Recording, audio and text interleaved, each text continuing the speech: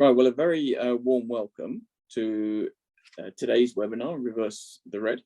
And today we're talking about important plant areas. And do bear with us when we shorten important plant areas to IPAs. We've been working with IPAs for a very, very long time, and we can slip into the acronym very quickly. But the topic this afternoon is protecting threatened plant species. And we're doing that through introducing you to important plant areas. We've got a really good panel of speakers, and Iain is live with us, and you'll hear a lot more about Iain from Iain later. We also have two recordings, and I'll introduce the speakers as we get a bit closer to when they're going to be covering their part. But we have Charlotte Couch from Kew, and we have Nicola Hutchinson from Plantlife, who will be contributing through pre-recorded activities. Now, I thought what I would do first of all is just say a few words about Plantlife, and Iain can also then, when he gives his talk, say a few words about Kew. And we have some great support on the webinar, so we should be now moving on to the Plantlife slide.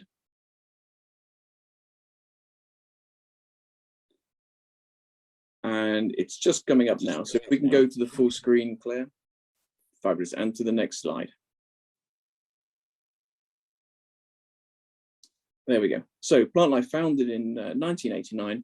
We are largely a UK organisation in terms of where we have our nature reserves and where we have our membership. We have about 20,000 members. It's growing pretty quickly. And across 4,500 acres, we have 23 nature reserves, and we cover a lot of the most critical habitats and critical plant species across our UK nature reserves. We've been very much involved and very instrumental in the global strategy for plant conservation. That feeds really well into the important plant area network. And as you can imagine, as a UK charity, we have a board of directors, we have great trustees, 12 trustees who support us. We're around about 70 staff, and we have about 1,500 volunteers. Next slide, please, Claire. Before we go into some of the talks, I just wanted to give you a quick history of important plant areas.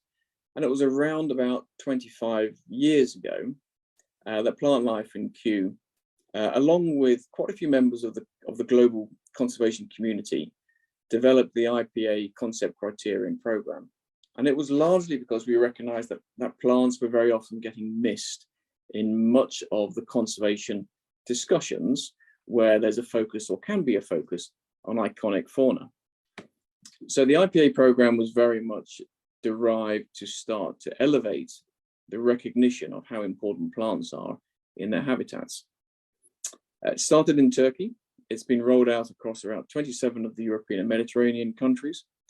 And Kew then took the lead on tropical IPAs, and Iain will give you slightly more information on that.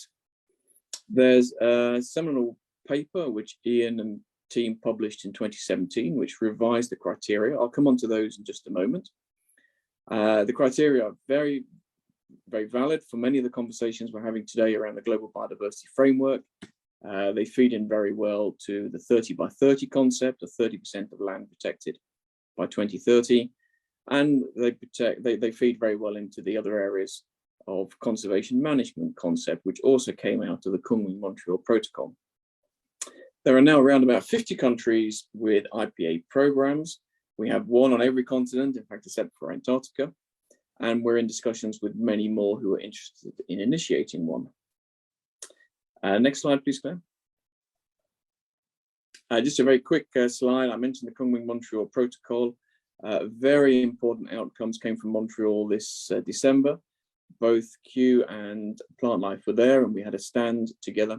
And it was really, I'd say, really fascinating and very insightful just how few plant conservation organizations were present and how much we were welcomed for being present.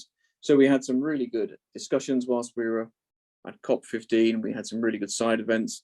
And that's really, I think, kick-started perhaps some of the activity we're seeing today around complementary actions for plant conservation being built in, and the wider recognition of both plants and fungi in making sure that we have the right conservation actions going forward. If we go to the next slide, I'm just going to take you through the IPA criteria. Now, a few of you on the call may be very familiar with key biodiversity areas or KBAs. They're very much focused on red list species, IUCN red list species, and as such, they perhaps don't have the same degree of conservation flexibility as IPAs have. Now, there are three key categories of important plant areas, A, B, and C. You can read the slide yourselves, but just in essence, criteria A is where we have either a globally or nationally threatened species, or a highly restricted or range restricted endemic species which is threatened. Category B, which is a really interesting category, is a combination of a high number of important species within defined habitat types, but also an exceptionally high number of species of high conservation importance or of social, economic, or cultural value. So you can read that as being not necessarily a threatened species or a threatened habitat within the global sense, but it's of exceptional value for social, economic, or cultural value. And criteria B is becoming very relevant when we're working with Indigenous peoples and local communities, but also very relevant when we're looking at the economic importance of conservation and making sure we're conserving the right places. And you can see from criteria C that those criteria C is where we have globally, regionally, or nationally threatened restricted habitats and vegetation types, and where we have severe declines in the extent of those habitats nationally. So there's quite a bit of flexibility around how we can identify important plant areas, and this allows conversations to take place which are very relevant regionally, nationally, and globally, and that's a real strength of the Important Plant Area program. Just going to introduce very quickly the three contributions this afternoon. There will be opportunities, we are monitoring the chat, there'll be opportunities to ask questions, but if we just flip on to the next slide. The three contributions this afternoon are firstly going to be from Iain Darbyshire, and Iain's going to talk about the red list for identification, so largely criteria A, and referencing particularly from examples in Africa. We then have a recorded session from Charlotte, and she's going to be using an example from Guinea. And then Nicola is going to be taking the acting, how we can use IPAs for conservation activities and how we're using them within the UK to support species recovery. Slightly more information about Iain. So next slide. So Dr. Iain Darbyshire, I will let you read a very brief summary of Iain, and then he can introduce himself as we go into his talk. But fundamentally, Iain is one of the most instrumental players in the Important Plant Area activity. Authored and co-authored the paper in 2017, where much of the criteria, much of the science, much of the evidence framework is put in place to support important plant areas around the world. Now, I think just very quickly, I'm going to introduce Charlotte and Nicola, just so we don't break up the flow once Iain gets going. So if I can have just the next two slides really quickly, Claire. With Charlotte, as I mentioned, we'll be talking about planning and how she works. She's done some great work with Kew and the National Herbarium in Guinea. Another very, very experienced individual. She's been working for 15 years on the plants of Guinea and developing collaborations. And important plant areas are really successful because of the nature of the collaborations we put together. And our final contribution will be from Nicola. Nicola's been with Plantlife for over 20 years now, a really key player in the strategic development and delivery of conservation programs of political advocacy, and a key player in developing coalitions and partnerships. Nicola's been very active in the Global Partnership for Plant Conservation, the Global Strategy for Plant Conservation, and really because of her work, we're beginning to get the recognition of the importance of plants that we all need. I think at that point, we'll pause. As I say, there will be, and I've seen it in the chat, there will be time for questions for our speakers. But we're now going to move on to have Iain's contribution. And Iain, welcome.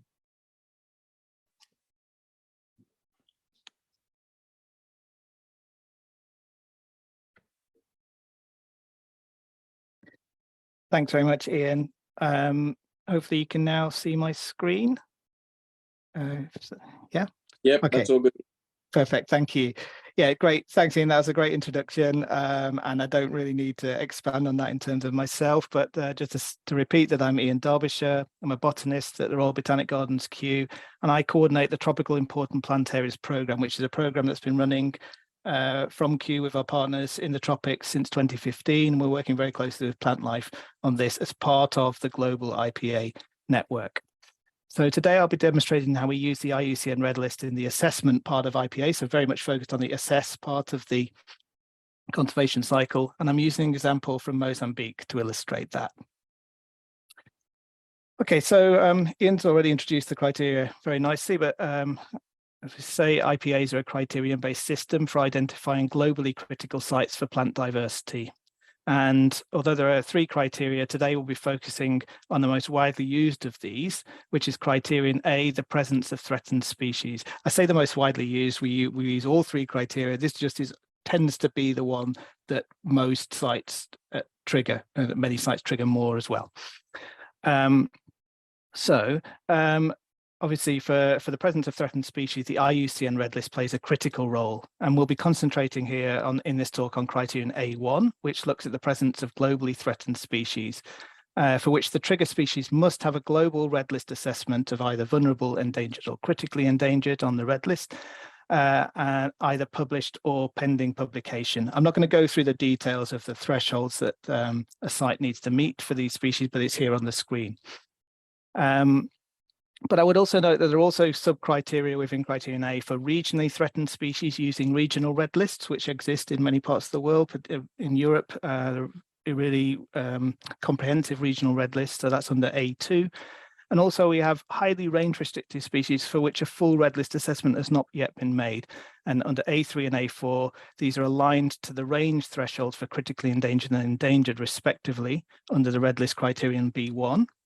But they're an acknowledgement that we have incomplete red list data for species for plants.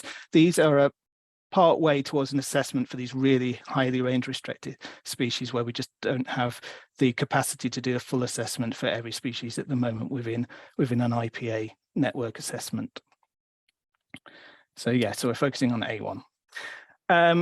And because fewer than 20% of plants are in fact assessed on the IUCN Red List globally at present, and then therefore there is an urgent need to accelerate our botanical red listing efforts. And IPAs can play a major role in this process as IPA programs build accurate and comprehensive data sets on species, targeting those of high conservation value. So for example, local endemic species or widely used species of plant. And conversely, IPA assessments also provide data on the sites and their species, such as threats and management actions that can feed into further red list assessments and make them more accurate because we've got accurate site data in place.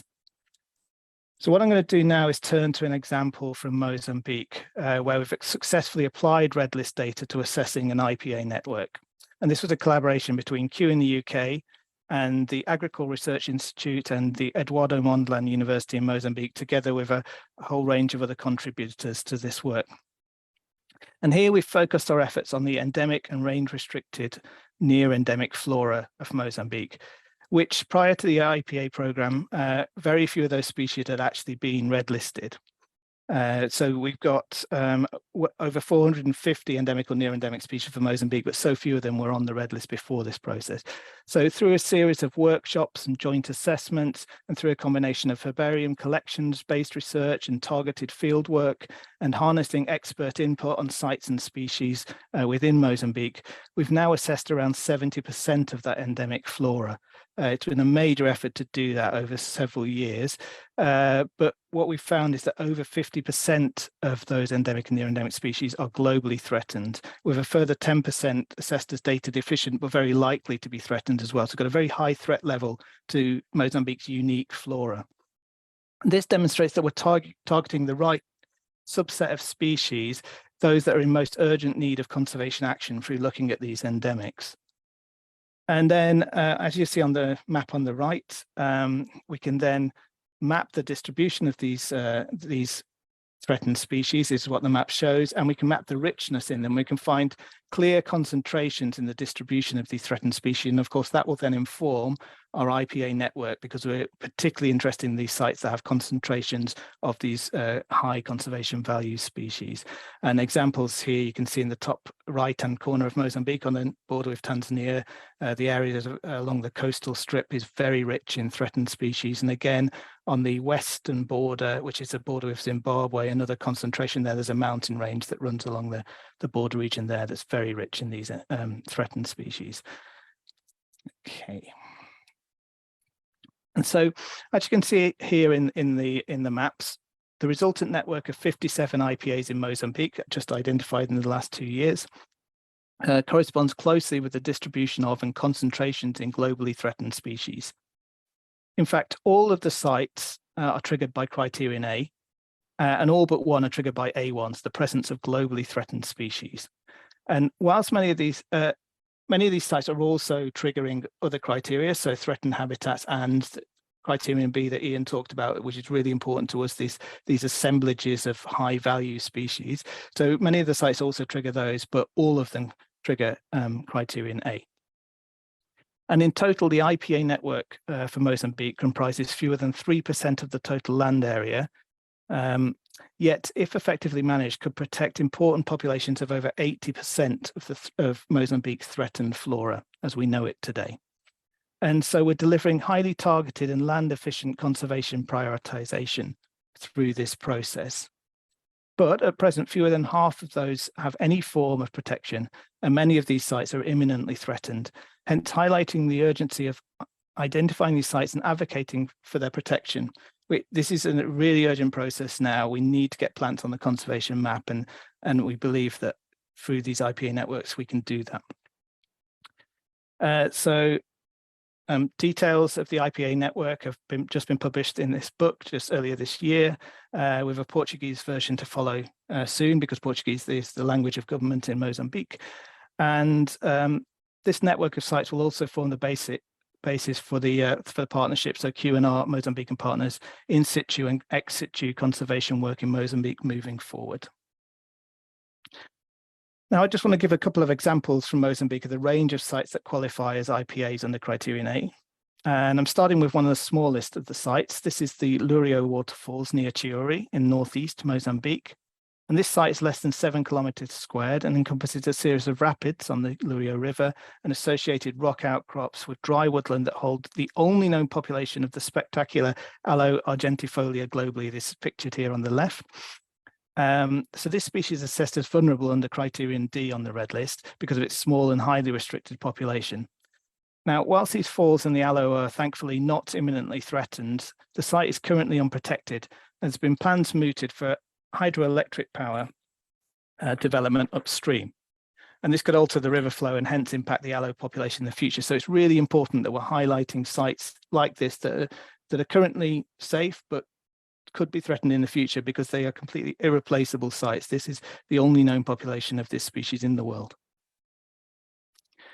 And the second example I wanted to show you falls at the other end of the spectrum for IPAs in Mozambique. This just lies a short way to the north in the Cabo Delgado province of the northeast of Mozambique, a site called Quitarajo. And this is an area of over 100 kilometers squared of largely intact coastal dry forest that is exceptionally rich in rare plant diversity. And this is a really threatened habitat type, very much reduced from its original extent to small pockets of remaining intact forest. And this site qualifies under all 3 of the IPA criteria, and it contains critical populations of nearly 40 globally threatened plant species, including the examples shown here. So we've got, from left to right, we've got the vulnerable Vitex mozambicensis, got endangered Xylopia tenuipetala, and then we've got the critically endangered Warneckia albiflora, and the lattermost is one of several species that are known only from this site globally and are critically endangered. Despite its importance for plant diversity, this site has only recently been documented for the first time for its flora in the late 2000s, and new species discoveries are still ongoing at this site now. Further, it's unprotected. It's basically not been on the conservation map ever before. It's highly threatened by increasing agricultural encroachment and wood harvesting for charcoal and timber. Hence, it's essential that this site and similarly important sites across Mozambique are highlighted in Mozambique's National Biodiversity Strategy and Action Plan to form the basis for conservation action moving forward. And that's what we're now trying to do in Mozambique with the work. But anyway, so this has given you a short taste of the assessed part of the Red List conservation cycle as applied to IPAs.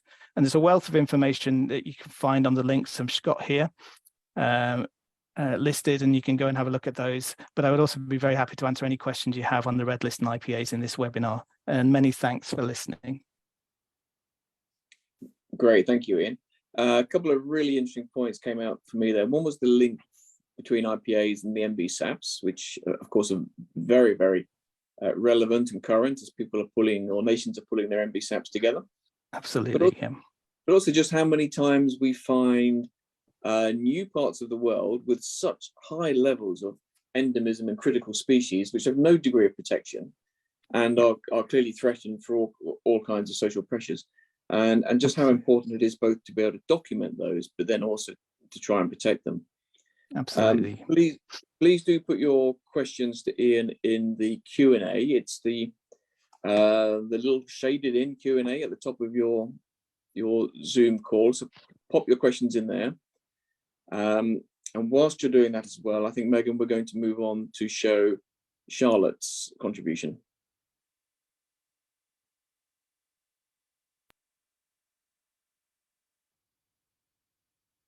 Hello, and thank you for inviting me to speak today at the Reverse the Red webinar. My name is Charlotte Couch, and I'm the project coordinator for the Tropical Important Plant Areas of Guinea at the Royal Botanic Gardens Kew, and a technical advisor to the National Herbarium of Guinea. So I'm going to talk to you today about the role of IPAs in planning for species recovery. I'll start by giving you a bit of an overview of Guinea before going into some examples of the work we are undertaking. So Guinea is situated in West Africa and is bordered by Guinea-Bissau and Senegal in the west, Mali to the north, and Sierra Leone, Liberia and Cote d'Ivoire in the south and east. The country is divided into 4 natural regions: Lower or Maritime Guinea, Middle Guinea, Upper Guinea and Forest Guinea, and these regions vary greatly in their topography and climate. The source of many of the major rivers of West Africa are found in the Fuji-Geelong Highlands, which is why Guinea is known as the Water Tower of West Africa. Guinea is also a major supplier of the world's bauxite and has significant reserves of high-grade iron ore, as well as several other minerals. 96% of the forest of Guinea was reportedly lost by the 1990s by Sayer et al., and most of the forest is now in the southeast Forest Guinea region. And a further 25% of this forest was also lost, according to Fitzgerald et al., between 2000 and 2018. Guinea has one of the richest and most diverse floras in West Africa. The recently published taxonomically verified vascular plant checklist of Guinea lists 3,499 indigenous vascular plant taxa, which is an increase of about 1,000 since the Flora of Guinea was by Lizowski was published in 2009. So we've now assessed around 1,352 plant species for the IUCN Red List. Many of these were done through the Darwin Initiative project. And this has resulted in 300 threatened plant species, which equates to about 8.5% of the Guinean flora.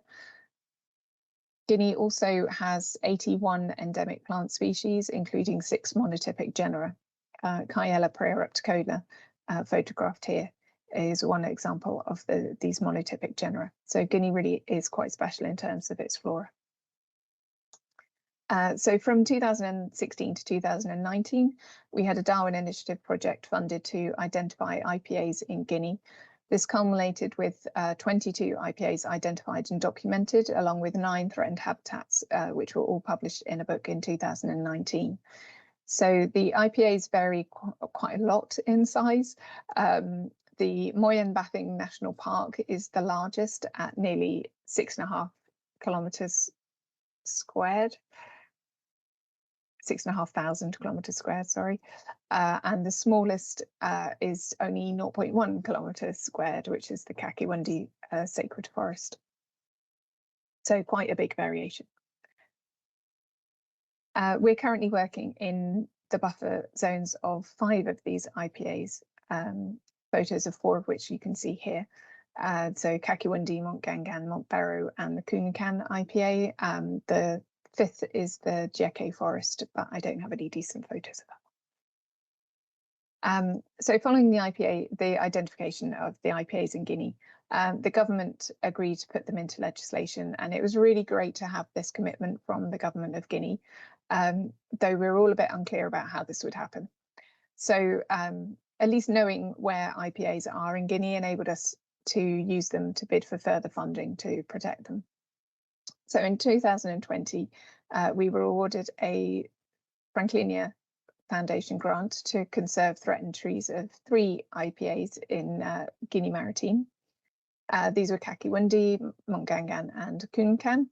So this project targets 13 critically endangered or endangered tree species, in addition to other vulnerable tree species.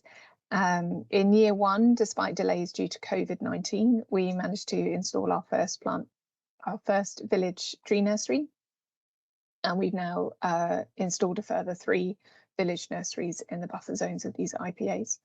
So all of our activities are accompanied by awareness training with the local communities to increase the likelihood of success, and we also have an environmental education programme with 10 local schools to train the next generation. So we initially gathered all of the information we could find to produce a phenology calendar for seed collection of the target species, and then we launched field missions for seed collection. So all our seed is collected in collaboration with the local nursery managers, and the seed is split between the village nurseries and the nursery at the National Herbarium for seed trials. So a number of species have not produced viable seed over the course of the project, and so cuttings or wildlings have been collected instead. Torrena hutchinsonii is an example of this, its seeds seem to be predated before they reach maturity. And we have some unpredictable species like Talbotiella cheekii that has set seed at differing times over the past 3 years. This year, part of the population didn't even flower. So it's been quite tricky to collect some seed of these threatened species. So we also gathered information on which seed is likely to be orthodox and could be banked for future use, and those that aren't and therefore need to be sown immediately. So for unorthodox seed, waiting a few days or a week after collection can seriously affect the germination success rate. The nursery at the National Herbarium is used for trialling different techniques of seed germination. So we've got some seeds that have taken a really long time to germinate. So, for example, Apodiscus chevalieri took between 6 and 9 months to germinate. So we're trying to find a way to speed this up because it's not very practical to produce seedlings for the next season. So we're looking at different scarification techniques and pre-soaking treatments to see if this can improve the time and germination rate. And all of the data that we are collecting from these trials is being used to write up propagation protocols, and the techniques are being shared with the local village nurseries to ensure more successful propagation. In 2002, we received some UK government funding to extend these activities to the IPAs in Forest Guinea. We're working there in partnership with the Forestry Centre of Nzerekori, who are part of the Ministry of Environment and Sustainable Development.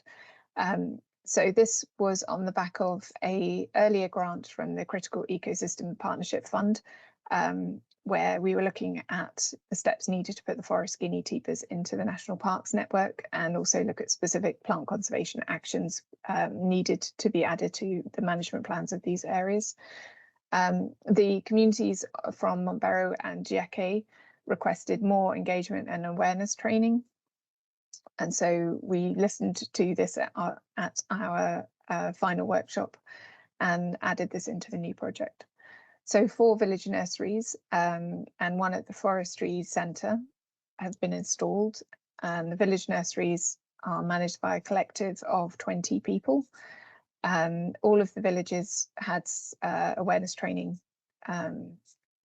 first and ongoing. And these nurseries are also producing socioeconomic species as well as threatened trees, which gives the communities more of an incentive to protect the areas planted.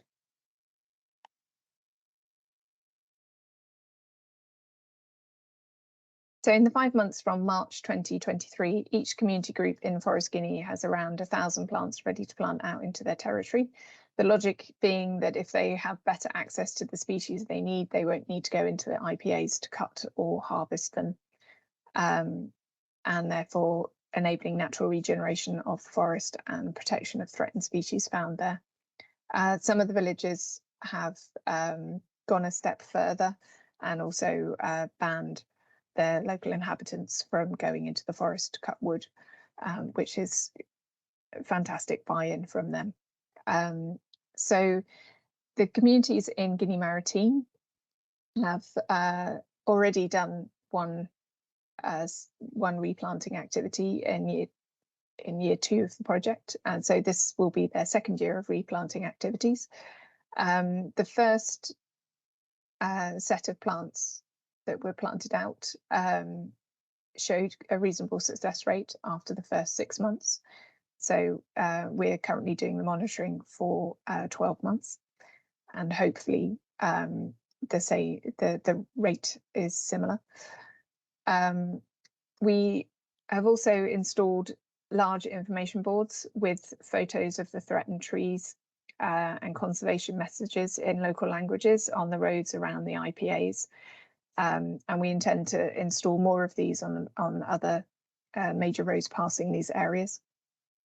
And we're also working on getting an agreement in place between the project partners and the government to include threatened trees and useful indigenous tree species in their reforestation programs.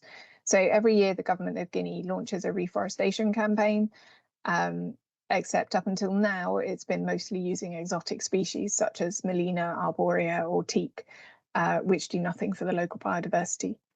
So if we manage to get this agreement in place, the communities will also have a market to sell surplus trees from their nurseries to NGOs and state reforestation programs, and this will create a revenue for them and incentivize them to continue with their nursery activities. So for us, it's clear that IPAs in Guinea can't be protected without the support of local communities. 60% of the population in Guinea live in rural communities, so they have to be part of the solution to protecting the IPAs. So I hope that gives you an idea of how we are planning for species recovery in Guinea. Thank you to all our sponsors listed here, and thank you for your attention. Thanks. That's great, and thanks from Charlotte there. Again, any questions into the Q&A? I think what really came out for me very powerfully there is the importance of the local community. The fact that the seeds are shared between the local community and the herbarium is going to be really important for both sides.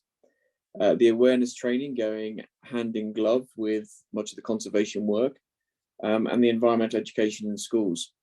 And so that was a great example of how, if we really want conservation to be successfully implemented in many, many parts of the world, probably everywhere in the world, we simply have to be working really closely and very effectively with local communities.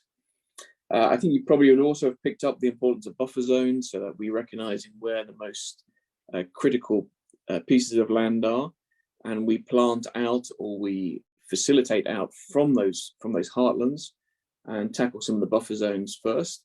And in that way, we're successfully extending some of those really important areas. So that was really good. Now we're going to go on to the last of our contributions from Nicola, who's Director of Conservation at Plantlife. And Megan, take it away.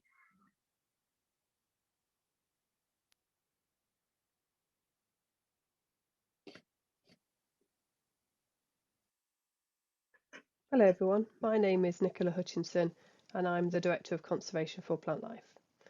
As part of this session on the Global Important Plant Area Programme and its role in the conservation of threatened species, I'm here to present a case study from the UK.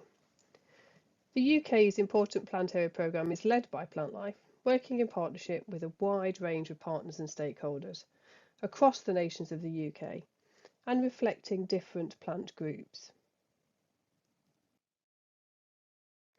Let's begin with a brief history of the UK's important plant areas, and I'll refer to them as IPAs from now on. As you've heard from Iain and Charlotte, the IPA process uses a combination of threatened species, botanical richness, and habitat status to identify and select sites of global importance for plant diversity. We knew from the beginning that in the UK we wanted to be inclusive of the range of taxonomic plant groupings in order to make the best assessment of the UK's flora for the IPA process. Crucially, this was based on the enormous wealth of data and expertise held within the voluntary societies, such as the British Lichen Society, British Biological Society, and the Botanical Society of Britain and Ireland. The UK IPA process was carried out in stages. Initially, a list of the UK's IPAs was published in 2007, and since then, further analysis has enabled us to update and complete the inventory.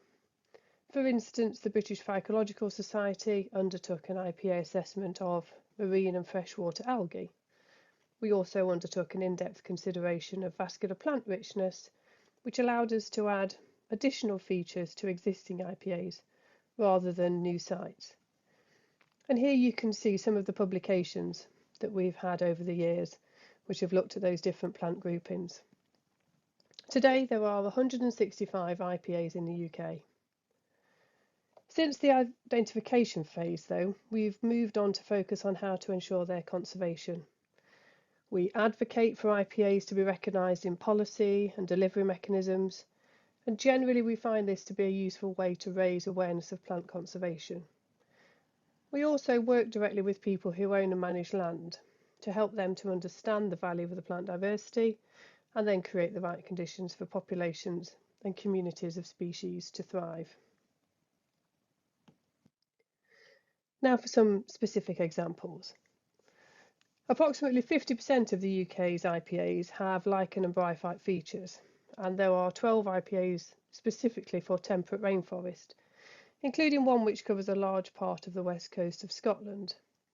Here though is an example from Wales, the Merioneth Oakwoods, again a site selected for its richness of bryophytes and lichens, including many red-listed species and important communities. It's an absolutely stunning site to visit. The sheer diversity of colours and textures covering the forest floor, boulders, rock faces and tree barks is really quite staggering. And so Plantlife have worked with the National Trust, who own the site, to change the management to benefit lichens and bryophytes. And it's now a demonstration of best practice management for temperate rainforest, taking into consideration how to conserve lichens and bryophytes. That management has included expanding the open areas, introducing cattle grazing, undertaking some lichen translocations, and managing ash dieback, whilst looking to minimise the impact on lichen interest within the rainforest. And through a combination of all of this work, the populations of a number of threatened species have been safeguarded. They're either stable or indeed they're increasing. Moving to another example, in the UK, fen orchid is found only in the sand dunes of South Wales and the fens of the Norfolk Broads in England. The Broads are an important plant area for several reasons, including the presence of fen orchid. But on this basis, Plantlife has been able to secure funding and partnerships to enable its conservation. In Norfolk, we have worked to restore fen habitat, where fen orchid grows in clumps of moss that grow directly on the peat or on sedge tussocks. We've also undertaken research to help rediscover the plant at former sites, and altogether this has seen the population rise to more than 12,000 individuals. In addition, through careful study, we've enabled some reintroductions of the plant to some of its other former sites. Over in Wales, we've worked to expose bare sand and restart the natural processes of sand movement across the dunes, and created perfect conditions for fen orchid and many other dune specialised species to thrive. And the knowledge from this particular approach has helped guide the development of a much larger programme of dunes work across England and Wales, which has targeted other important plant areas. Dynamic Dunescapes is supported by the lottery within the UK and also the EU LIFE programme. And as a result of this work over the last 14 years, fen orchid no longer qualifies for red list status in the UK, which is really quite exciting. Technically, it will take quite a decent period of time before we can actually go through the assessment process to delist the species, but this really is an example of how IPAs have helped with a conservation success. Moving to another example, the cairngorms in Scotland have also been identified as an IPA for several reasons. We have populations of the vulnerable endemic Scottish mouse ear and also the European red-listed green shield moss. The botanical richness of many of the habitats we find in the cairngorms, including the Caledonian pine woods, are also an important aspect. And it's in these Caledonian pine woods where we find the one-flowered wintergreen. One-flowered wintergreen is nationally red-listed and it's still in decline. Indeed, the cairngorms populations are pretty critical to its overall survival. Wintergreens are unusual plants, perhaps more than others. Their existence through a symbiosis with fungi in the forest soil makes their conservation more complex. However, because of the status of the cairngorms as an IPA, again, Plantlife have been able to secure support and funding to work in partnership with the Cairngorms National Park Authority and Nature Scot to help safeguard this rare pinewood species. We now have a much better understanding of the role of cattle grazing to provide disturbed and trampled ground. We've been able to use funding to remove invasive rhododendron and provide advice to land managers so that they can become stewards of one-flowered wintergreen.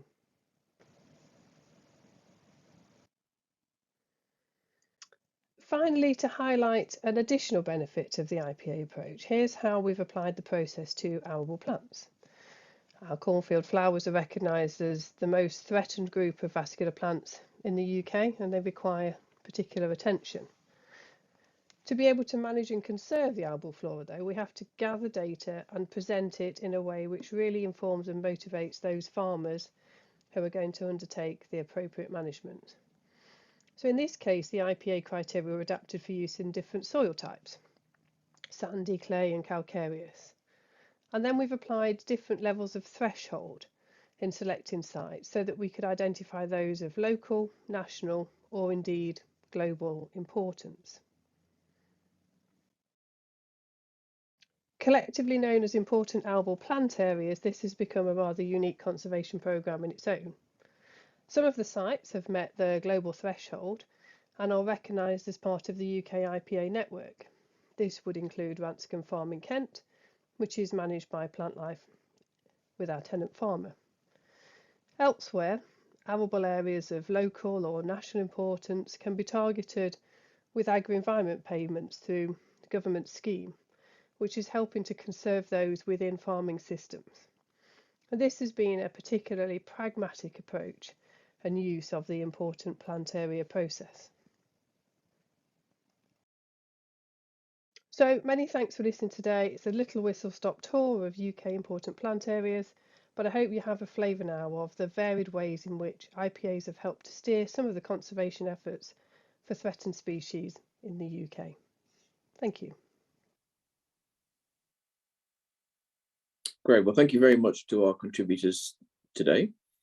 I think from Nicola's presentation, I think I'd probably highlight just a couple of really key items.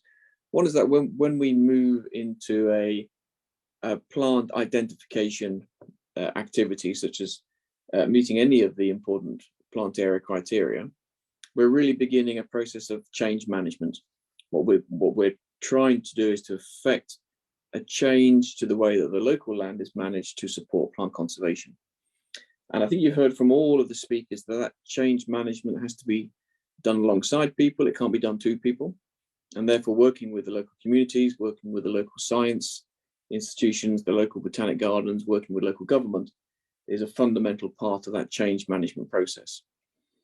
The other thing I'd ask you to reflect upon, and it was the example of the fen orchid that Nicola gave us, that it really can make a difference.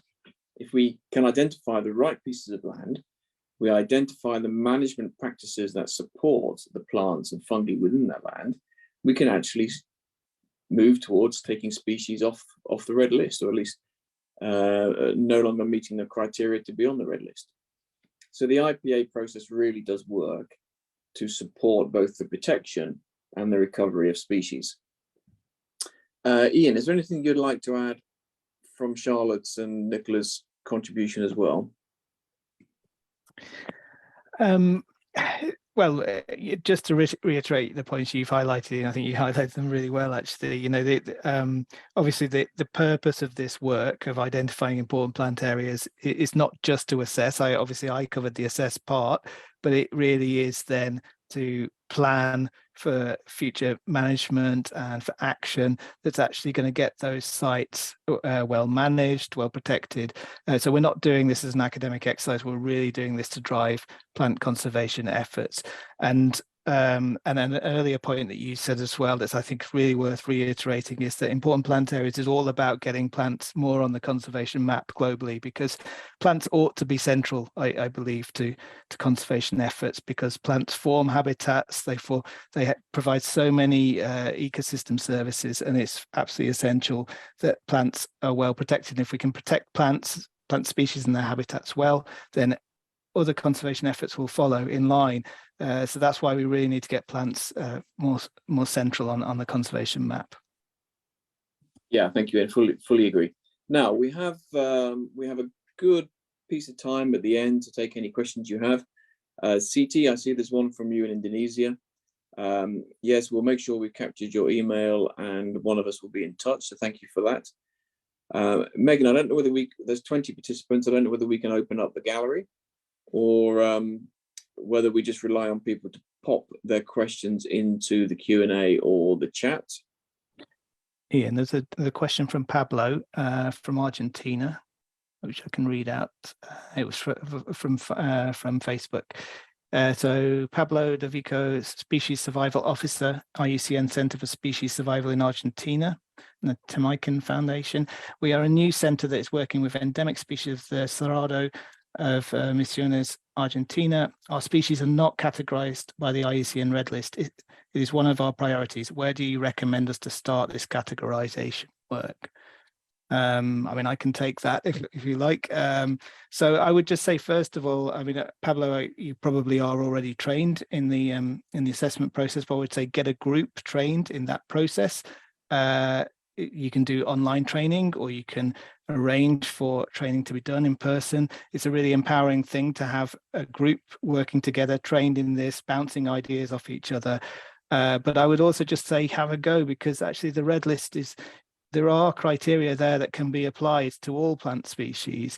It's quite rare that we assess species as data deficient. We really try not to. We really try to give the species a full assessment, and you can do that for plants even with limited data. So I'd just say start having a go. You've already identified your endemic species, which is a first step.